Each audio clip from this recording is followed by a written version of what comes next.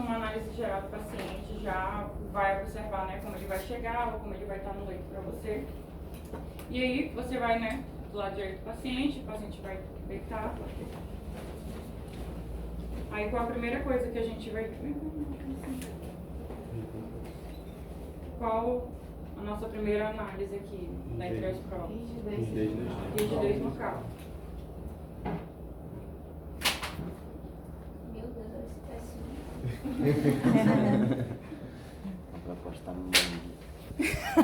A pessoa usa o de descalço. Ok. Na maioria dos vídeos fala para o paciente ficar com as mãos estendidas e tal. Coloca bonitinho. Rigidez nucal. O que a gente vai pesquisar tentar encontrar, né, nesse movimento? A gente tem que ver se o paciente... A primeira coisa que a gente vai observar quando a gente olha para a face, uma face que a gente tem típica, que é a face de dor, né? Então, é a primeira coisa que a gente vai ver quando a gente olha para o paciente. Fora ele vai estar, né, ou apresentando alguma coisa, vai estar te dando algum indício. E aí, basicamente, a rigidez nucal. Você vai colocar a mão na região hospital do paciente de forma passiva. Você vai tentar encostar o queixo dele aqui no tórax. Você vai fazer, mas você também pode pedir para ele fazer sozinho. Pode fazer dessas duas formas. E aí, passivamente, você vai tentar encostar. E aí a gente vai analisar basicamente o que aqui? Eu já falei, né? A rigidez, Que é a dor. Levanta a perna. Dificuldade. Não, a dificuldade de flexionar. Resistência, limitação do movimento, né? De repente o paciente não consegue fazer o movimento.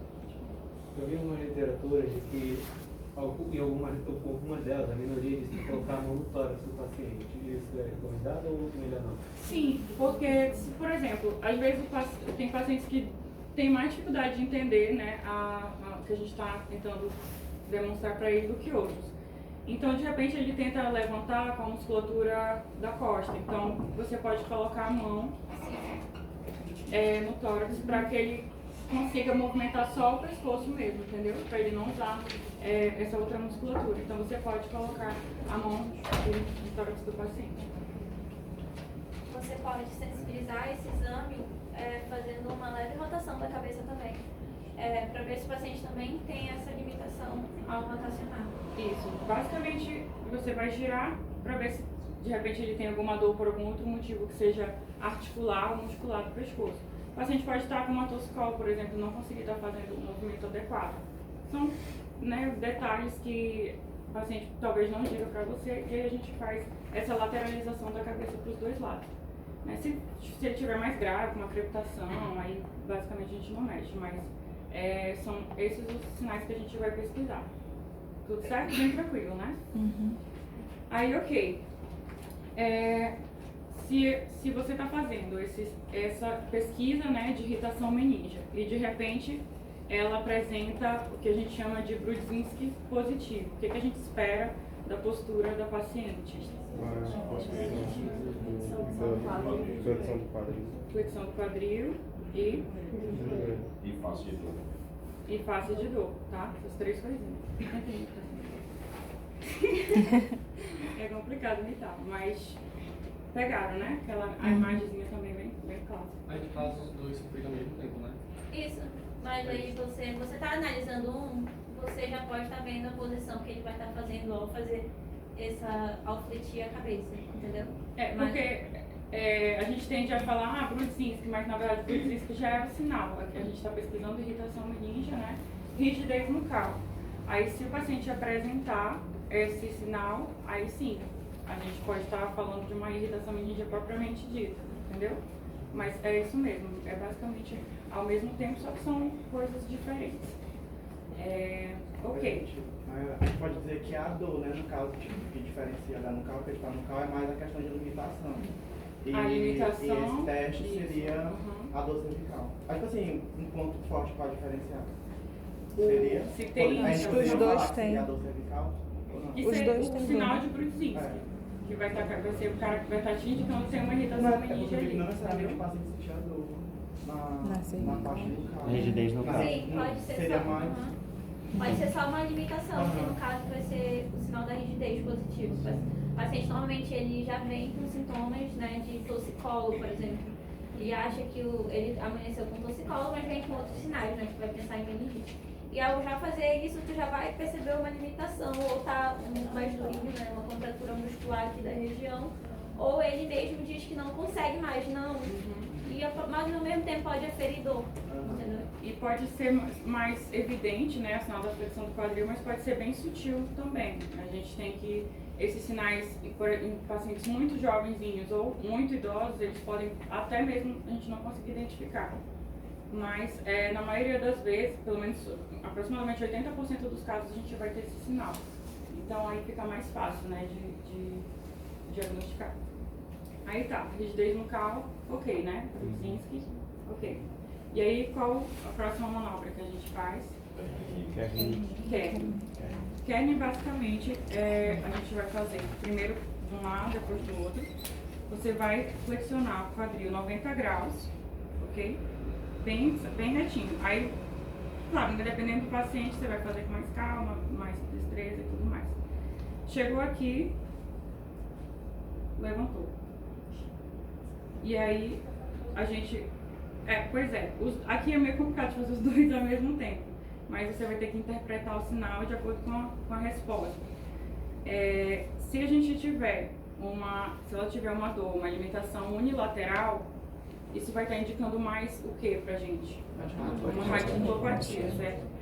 Aqui, basicamente, a gente está trabalhando com um nervo específico, que é o ciático, né?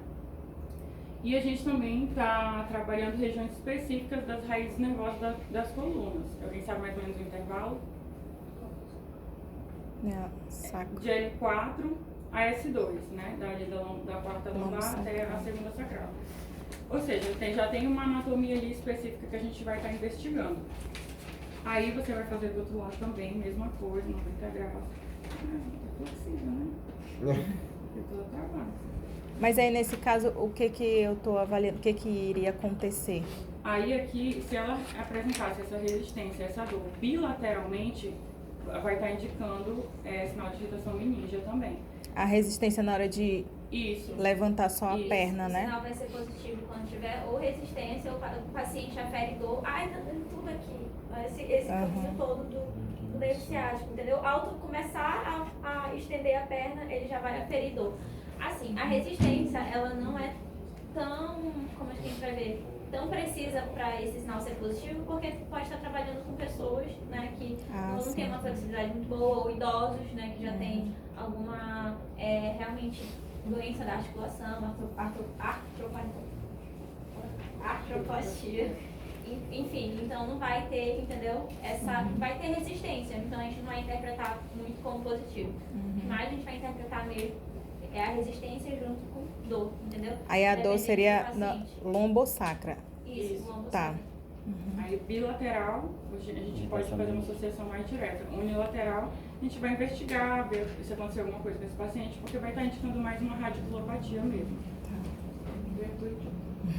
Não há a possibilidade de ter uma radiculopatia dos dois lados? Sim, tem essa possibilidade. Tem alguns tipos de hérnia, por exemplo, podem extravasar, né, e acometer os dois lados das raízes nervosas, entendeu? E aí a gente pode ter esse sinal positivo dos dois lados. Aí a gente vai ter que minuciosamente avaliar a anamnese clínica do paciente. Via de regra, a gente usa essa questão da lateralidade, né, unilateral, radiculopatia, bilateral, irritação meningia, porque na prática tem muito sentido semiológico.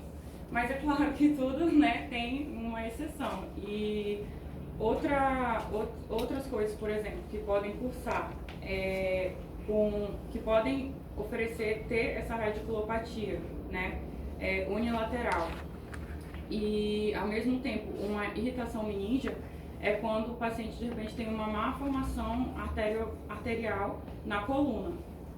Aí, dependendo de onde está, do que aconteceu com esse paciente, ele vai ter esses sinais positivos dos dois lados, entendeu? E não necessariamente vai ser uma meningite. Tumor também pode ser, mas isso é o que é mais raro de acontecer. E de regra, né, a gente tem que bilateralmente, a gente vai estar aí associando com uma irritação meningia. o que vocês têm que entender é que esses sinais, eles não fecham o diagnóstico do paciente, entendeu? A gente vai supor, né, que é uma irritação meníngea, talvez por uma infecção. Então a gente vai falar mais pro final que exames que a gente pediria para confirmar se realmente, né, pode ser uma meningite, quais sinais que a gente pode ver para ser sinais de hemorragia, subaracnoide. Então é só um exame mesmo. Vocês vão ver, por exemplo, em apendicite.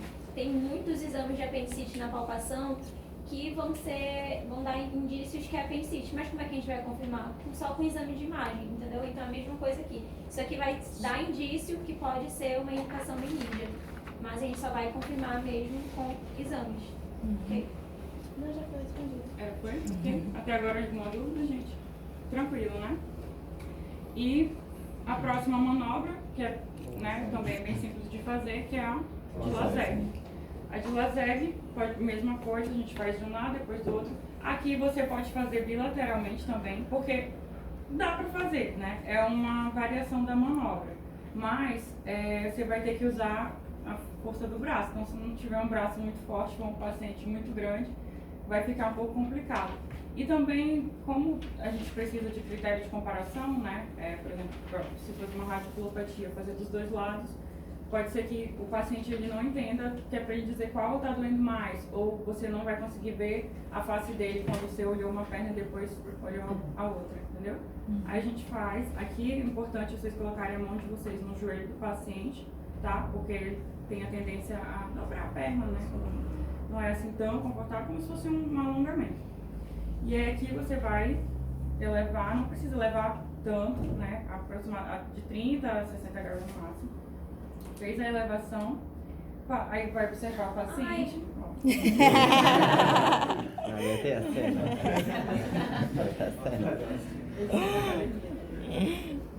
E quando chegar aqui, a gente pode fazer também uma sensibilização dessa manobra. Alguém sabe como é? Não. Pelo pé, pelo dedo. Isso, a gente Ah, o pé, né? tira a mãozinha aqui e faz uma flexão do pé. Pra ver. Ai,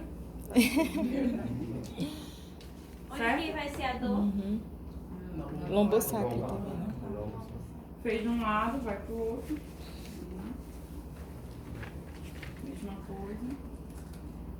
Não senti dor, só senti desse lado aqui. Então, porque que provavelmente não tem. Radiculopatia. E deixa eu ver também. Pode ser com as duas, mas é melhor avaliar unilateralmente o paciente a falar mais, como a Nai falou, da precisão da dor, em qual perna tá causando. Tranquilo, gente?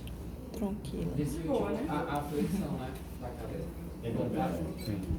Os mesmos sinais você vai avaliar na postura do paciente. Mas aí isso aí eu vou fazer. E a gente vai fazer isso agora.